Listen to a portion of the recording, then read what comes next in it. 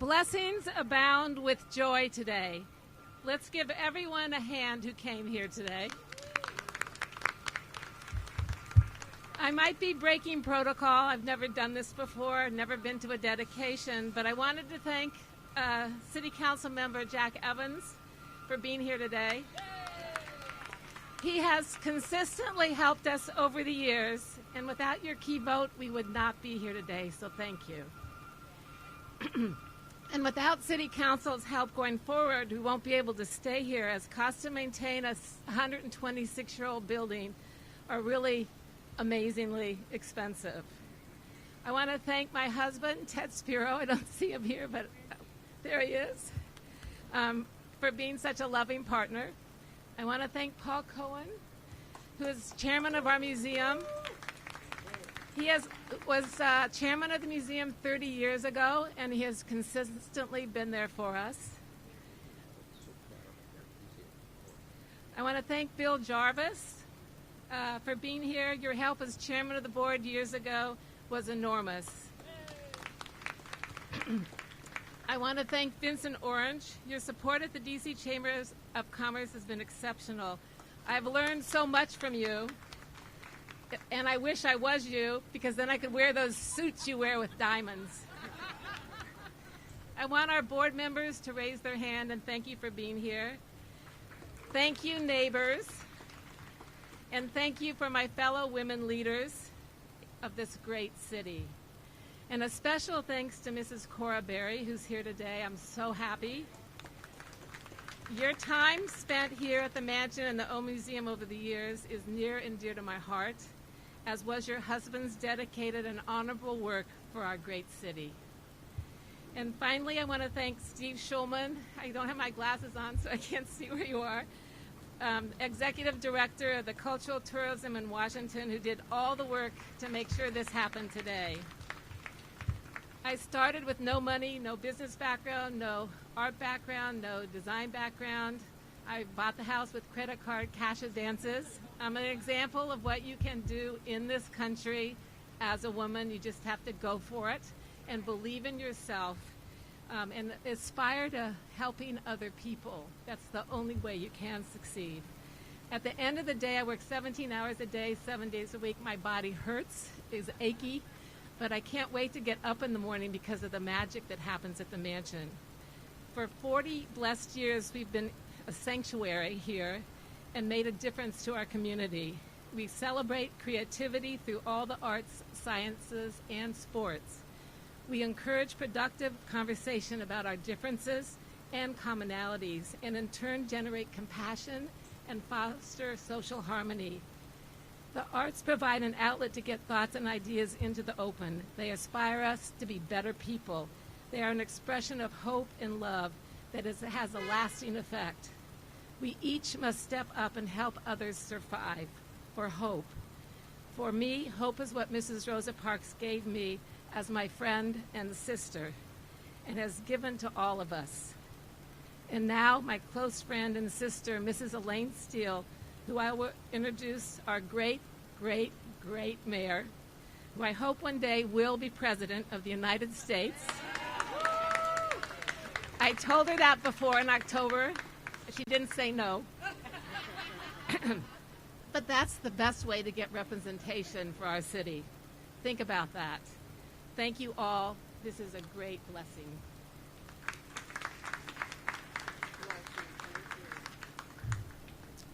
Oh, good morning.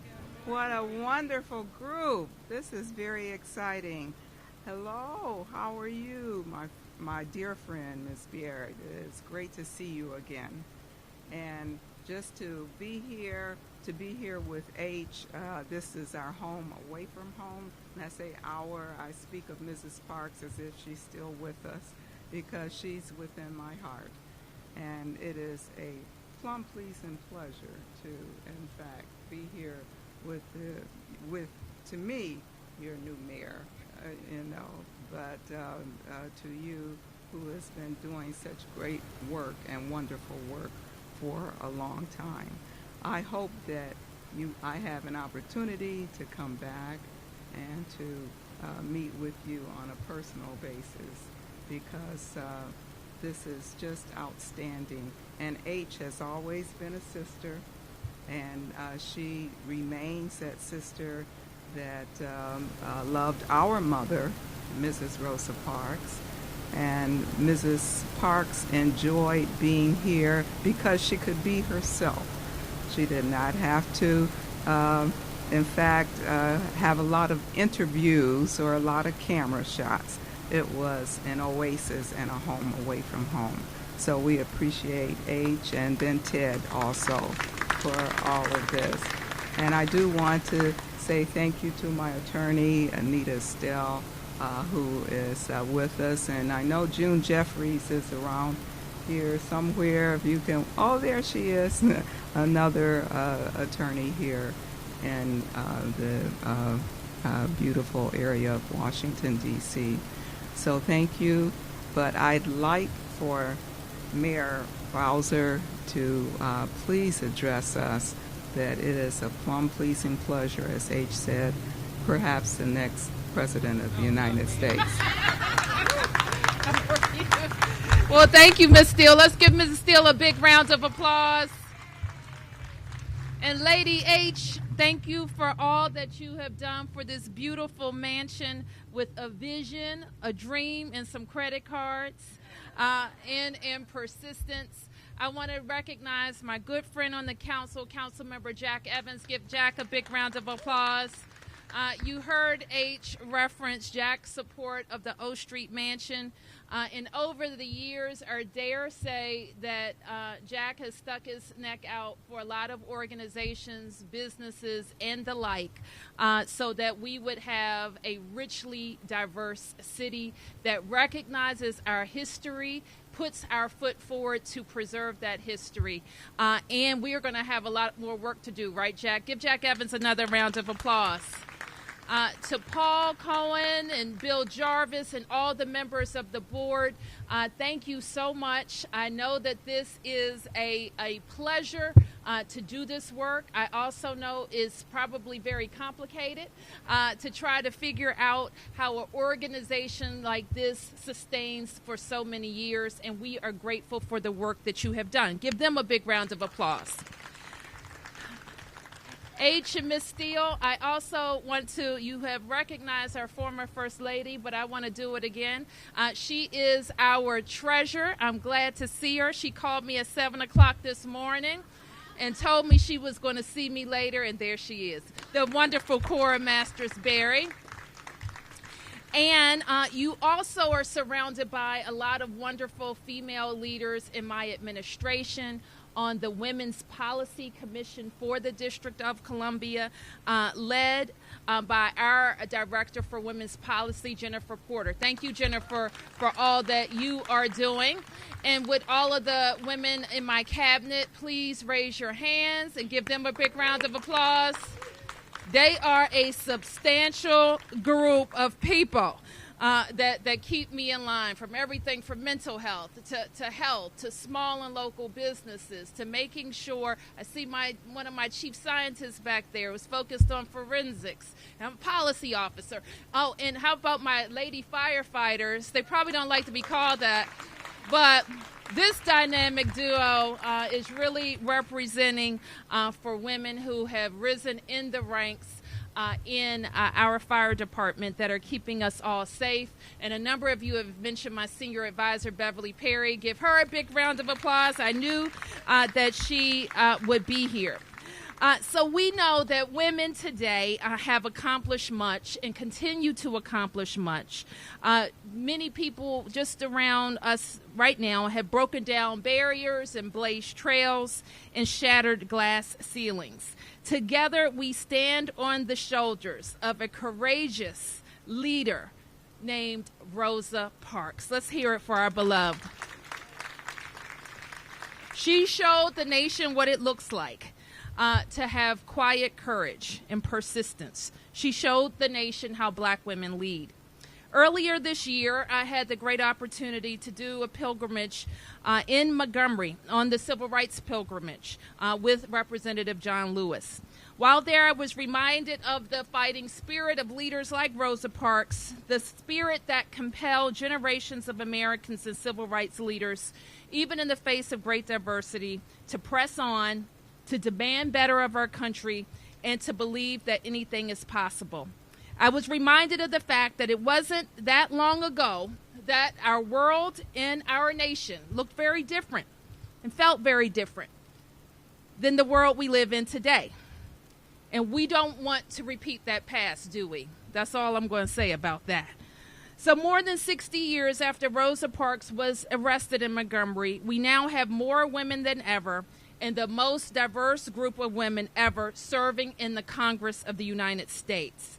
We have multiple women, including a woman of color, running to be president of the United States. And we have not just a woman, but the baddest person ever serving as the Speaker of the House, in Nancy Pelosi. Women are leading cities across our nation. When I was elected 5 years ago, I was one of a handful of black women leading major American cities. And that number, just 5 years later, has already tripled or even better. So we know when women lead, we can change our country. And there is no better example of that than the quiet leadership, the determined leadership of Rosa Parks, who changed the course of our nation. So I am just delighted to be here with all of you and at the O Street Mansion.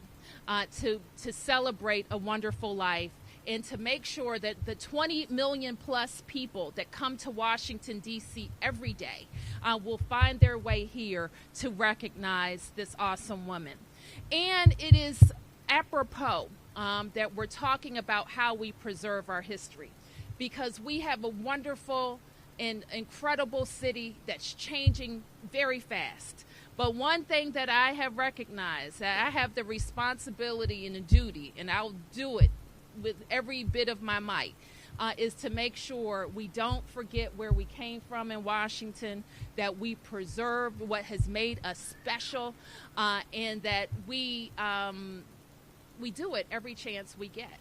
And so this is one example. You will see over the next several years many other examples about how we recognize our city and our history in all 8 wards of Washington, D.C. So I want to thank everybody very much, and I think you're going to see a beautiful plaque. Where are we going? Right here. H. Oh, here we go. Hold on.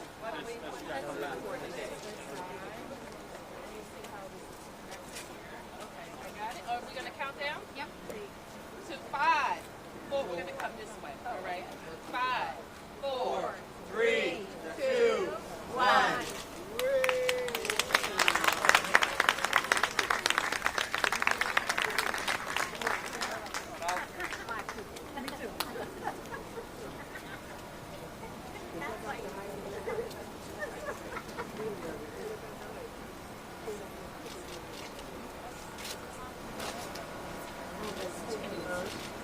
That's H. But is that not the height? Is that not the height? Or that's her? beautiful. Very good. All right. Let's everybody turn around. All right. Right over here in the middle. 1, 2, 3. Beautiful. And for Tyler.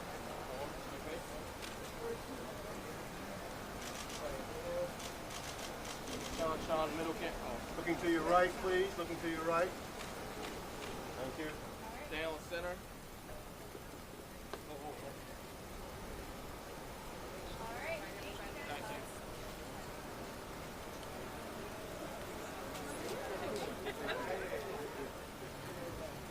So thank you for coming. This is our great chef. He lives on the block. His name is, and this is Adam. This is Chef Jamal. I want to invite you inside for For those of you who want, which is me, come downstairs and up the elevator, and those who want to come upstairs do. Thank you for coming today, and I want to say two important things. One is thank you to the mayor's staff. They were so helpful in planning this and telling me what to do because I didn't know. And I want to thank DCTV. Their generosity and graciousness when they came to do their site visit and today has been impeccable. So enjoy. I look forward to seeing you inside. And we'll be showing a short video about Mrs. Park's journey at the mansion, which few people know. There's a lot of vegetarian food because Mrs. Parks was a vegetarian, as Mrs. Steele is. But we do have meat because I'm the meat lover. And the mayor.